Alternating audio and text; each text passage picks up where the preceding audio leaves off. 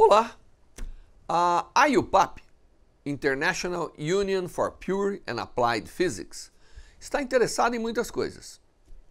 Dentre elas, a definição das unidades básicas que nós usamos no dia a dia, a manutenção das constantes fundamentais, mas também está muito interessada nos desafios que a ciência tem atualmente. Na área da física são muitos os desafios. Nós temos desafios desde o entendimento das partículas elementares, da matéria condensada, na física nuclear, na biofísica, na astrofísica. Em todas as áreas, ou sub-áreas da física, nós temos desafios. Para que você saiba quais são esses desafios, a IUPAP organizou um workshop especial, que chama-se Entendendo os Desafios da Física Moderna.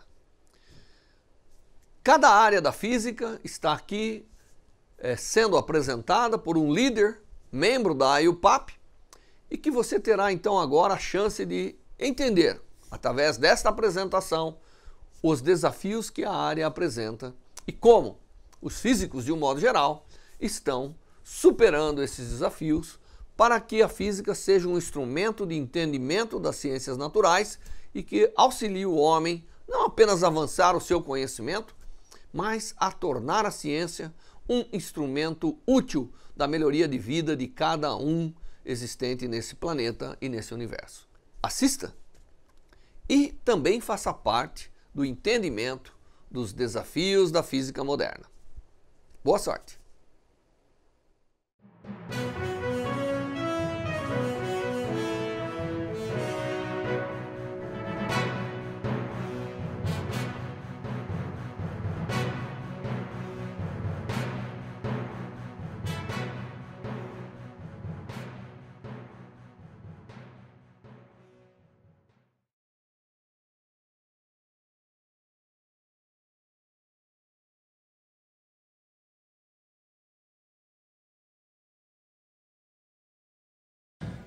We resume our workshop session, and the first speaker in this part of the session is Raynien Kwo from C10, and she will speak about spin structures at the nano scale.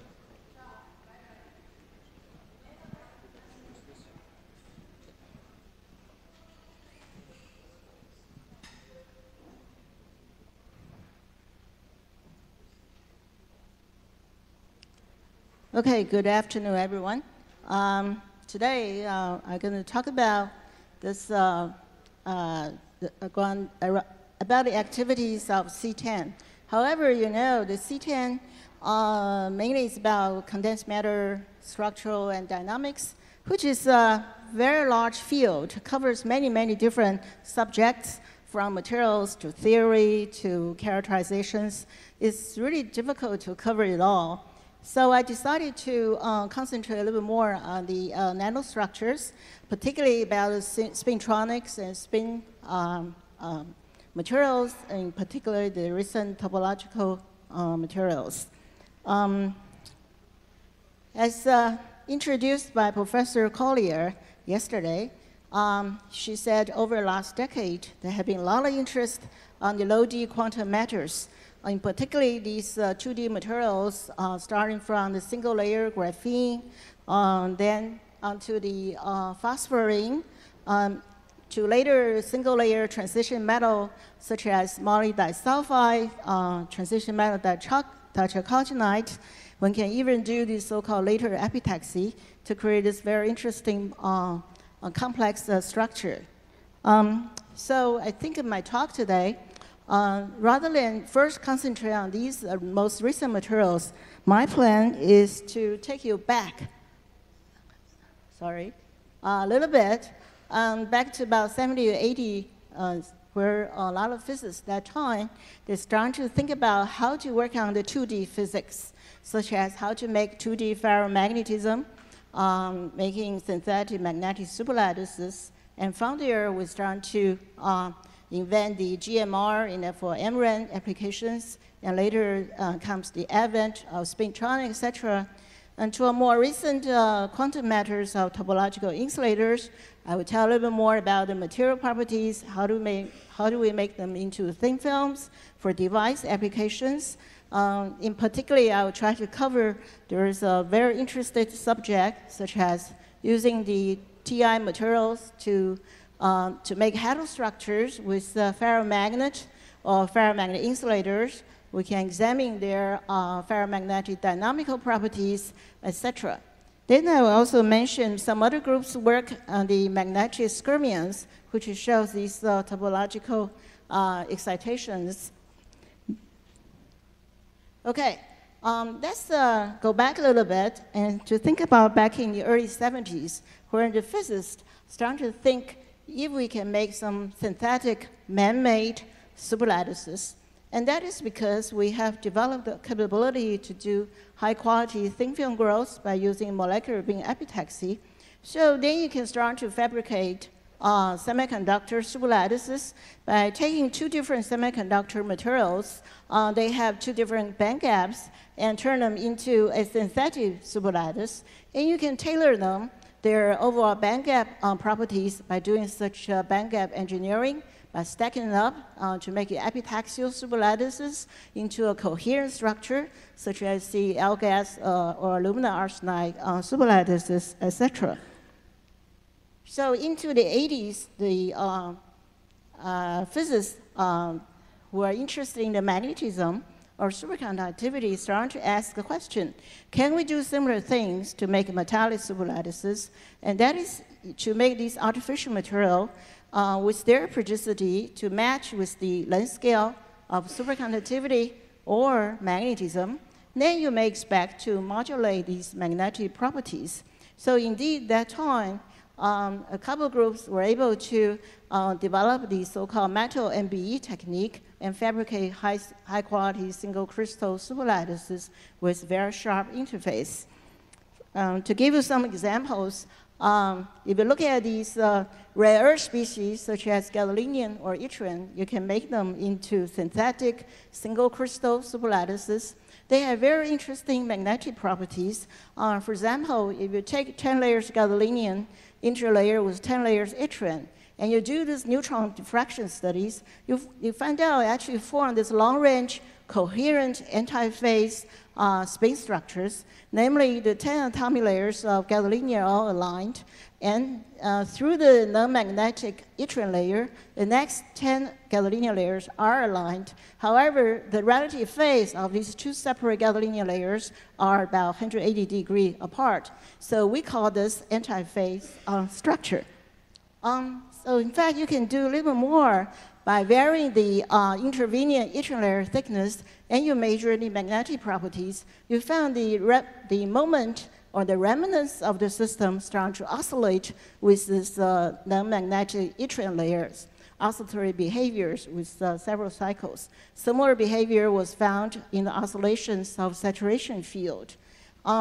So, in fact, at that time, the group at Bell Labs, also the group at University of Illinois, they were pioneers in the field. They made a whole series of superlattices, such as gadolinium yttrium, that forms anti-phase superlattice, or dysprosium yttrium that forms the helical spin structures, which is coherent, propagating this spiral spin throughout the entire material.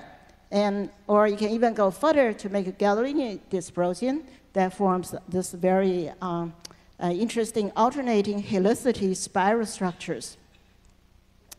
So with that, there are other groups such as Professor Alfred's group and Peter Grunberg's group. They have done this similar work by making these iron, chromium, iron tri-layers. And then when they measured the magnetoresistance of system by applying the field, they found this very dramatic decrease of the MR at a field about 20 kilogauss. So this actually set the stage for later discovery of GMR, giant magnetoresistance, using the so-called spin Wall geometry. And you can go further by change this intervening conducting metal layer into a insulation tunnel barrier. to increase this change in the MR. Then you turn the structure into the magnetic tunnel junction. And this new invention, discovery, has later led to the Nobel Prize in 2007. Why is that? That's because this GMR effect can find a very important application for the magnetic reading and writing. For example, in the head for reading, you can take that to be made of the GMR materials. So if the magnetization is stored at the 0 state in one direction, and then you also have a 1 state in the other, now when the head passes over these magnetic bits, then the magnetization direction of the free layer can respond to the field in the bit by rotating, and then send out the change in the resistance. This is how the GMR head works. We all now have enjoyed greatly the success of this invention because we all have enjoyed the benefits by having such a much greater change in the volume of reading and writing capabilities through this GMR invention. Okay, and since then, there have been substantial and continuous progress made in the magnetism community. If you look at the roadmap for the Spintronics development, back about over 10 years ago, and that time we're largely working on the so-called hard disk drive, MRAMs, and that is largely controlled by the magnetic field. And later, when we started moving to the SDT MRAMs, and we utilize the spin polarized charge current, the next step is to form integrated magnetic logic circuits. And there, we like to control by the electrical field, and that is to manipulate the magnetizations and the transport by using the applying a gate voltage. And finally, ultimately, we like to do the spin transfer and form the spin logics using a pure spin current. That is we like to take the charge out of the electron entirely and to manipulate the whole circuits by using a pure spin current. And namely, in moving from the original Moore's law, we're moving now toward the beyond CMOS stage. We're currently entering this era. So beyond CMOS, that is, we like to utilize the spin current, pure spin current, without creating any power or dissipation.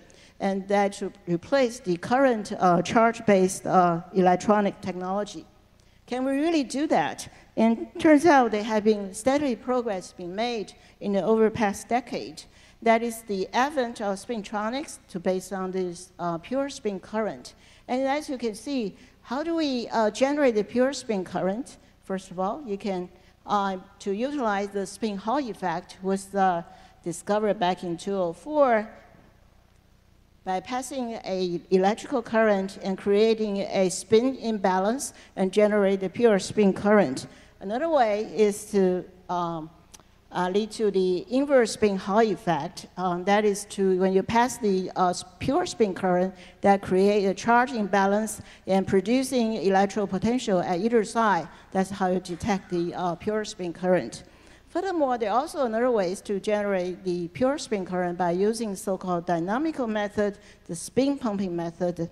That is, we place the ferromagnet in contact with a metal inside a microwave cavity, and the precession of the magnetic moment will transfer the spin angular momentum into the normal region, and then exchange couple to the conduction electrons, producing the spin current.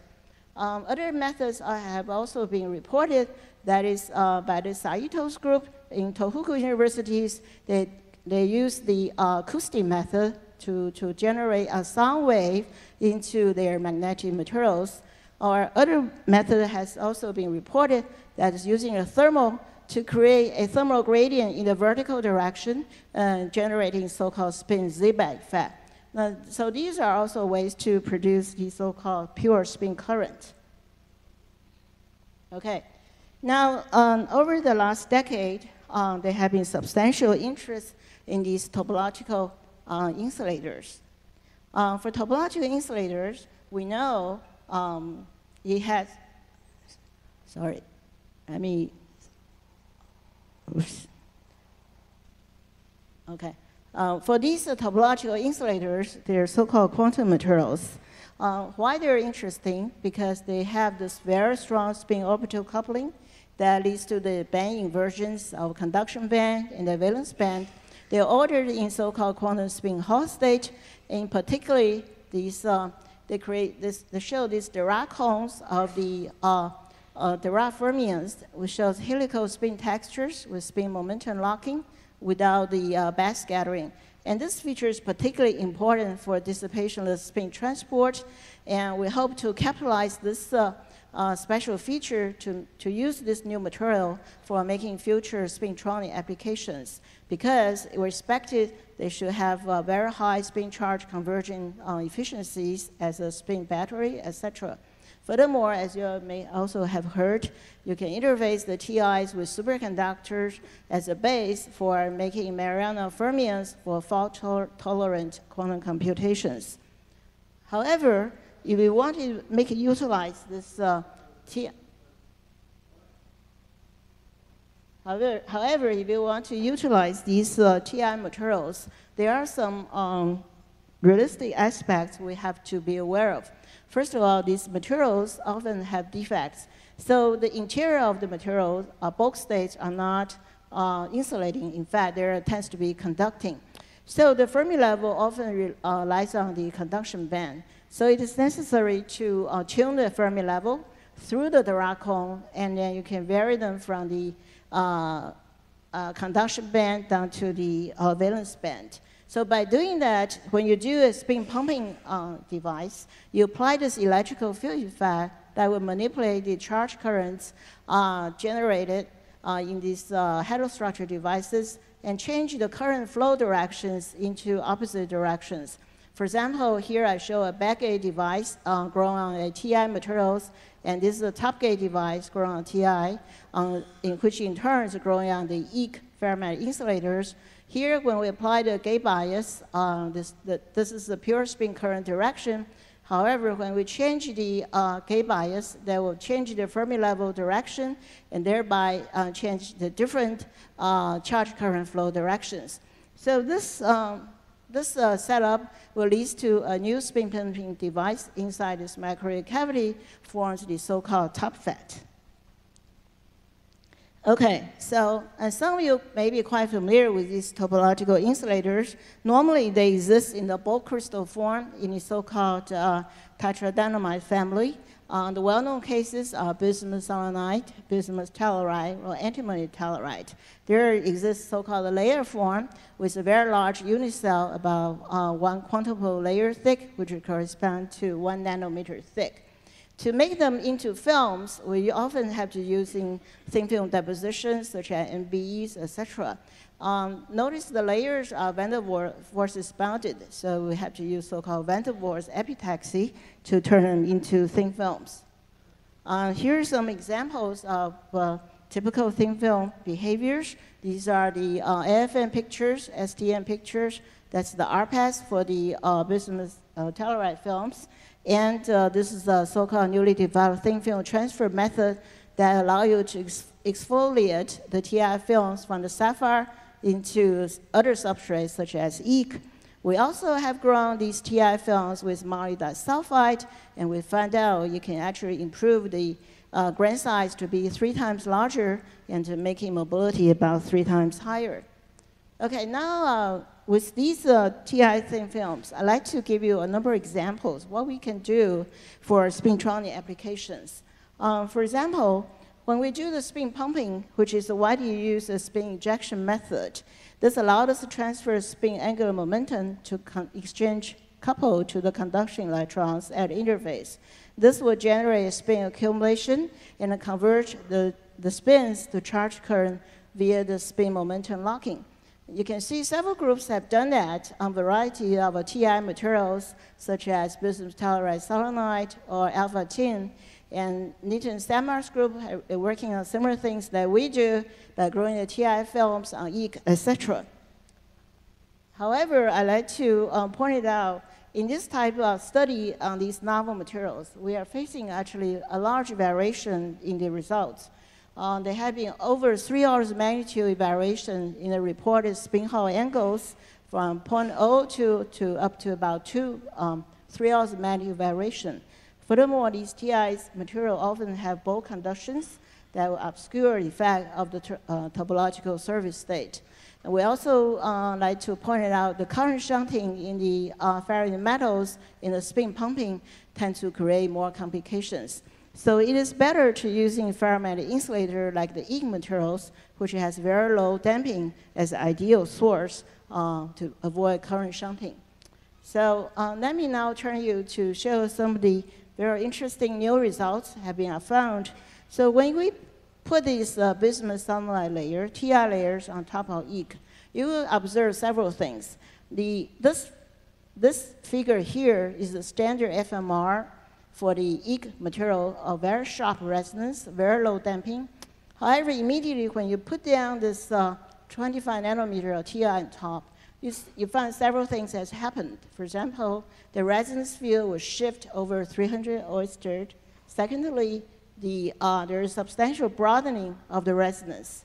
And we have went further to using the coplanar waveguide to do the frequency-dependent as well as angle-dependent FMR studies. And we found in these TI-EAG type of heterostructures, there is a substantial enhancement of the interfacial magnetic anisotropy, and this enhancement seems to occur at about 6 to 10 quintuple layer thick. Furthermore, you can the spin mixing conductance, the G parameter also shows a large enhancement over 6 to 12 quintuple layer thick. And this amount of enhancement is quite large, almost 4 times larger than the platinum EAG case. And we believe such a modular behavior was not caused by diffusion or strength. So this result can be interpreted by arguing this evolution of this modulation behavior seems to correlate with the surface state structure of the bismuth telluride. It may be original by these topological surface states. Definitely more work is needed to clarify this origin of such a large enhancement. Another thing is worthwhile notice is the EAG materials usually shows very sharp resonance. However, when we start to cool down, you will start to observe some broadening with larger damping. But with the TI material coating on top, you see this broadening is even larger when we cool down. And this shift in the resonance field continues to increase at low T, and with substantial broadening. So you can plot out all these results. You found there's a very interesting behavior. Namely, this is the EAG with the dependence of resonance field with respect to decreasing temperature. When we put on TI top, with this large shift in the field itself, it also shows much bigger decrease. In addition, there seems to be some kind of hump feature starting to appear. And sometimes in the width of the resonance, delta H also show this hump feature at similar temperature range at 150 to 180 Kelvin.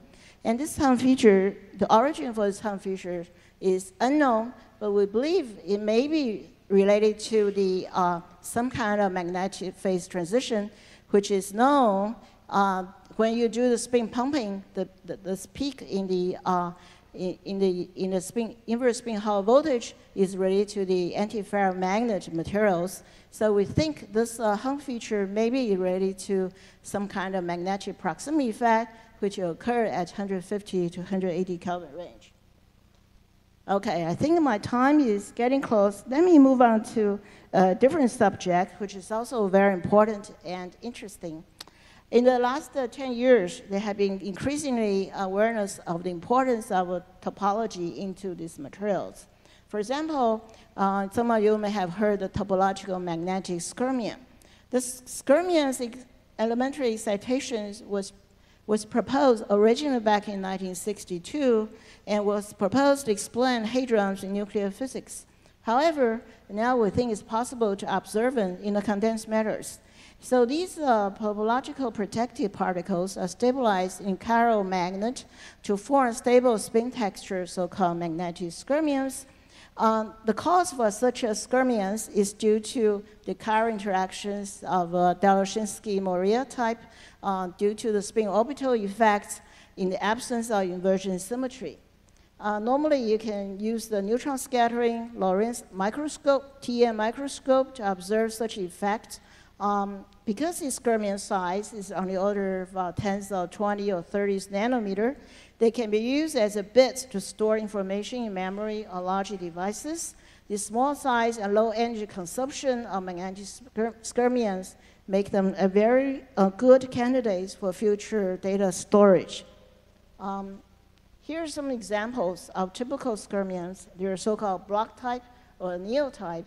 And this is a Lorentz microscope image of triangle lattice of Skyrmions.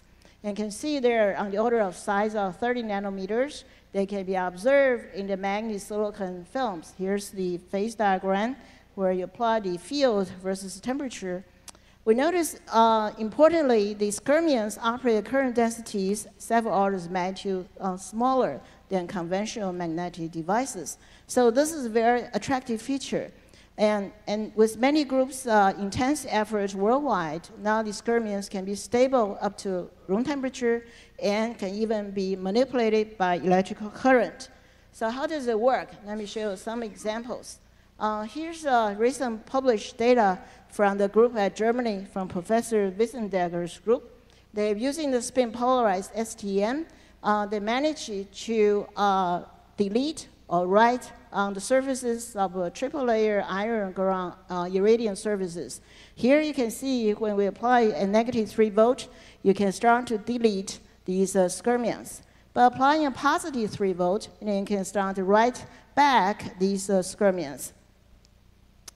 Normally, the Skyrmion appear at low temperature. However, with more and more effort, now it is quite possible to vary these spin spiral periodicities even up to 16 times larger when we warm it up to room temperature.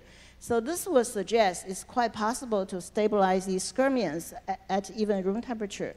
So these are all very exciting new progresses have been made recently.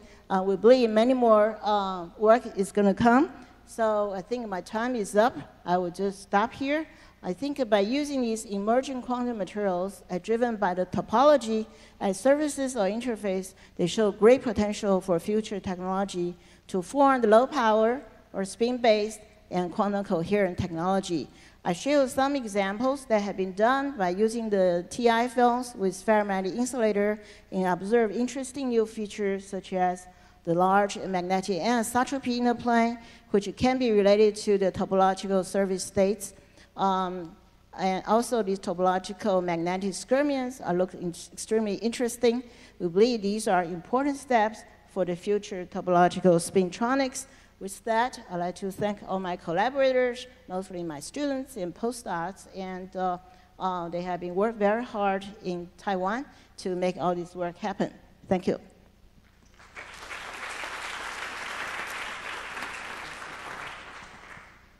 Thank you very much. Questions? We have time for 1 or 2 brief questions.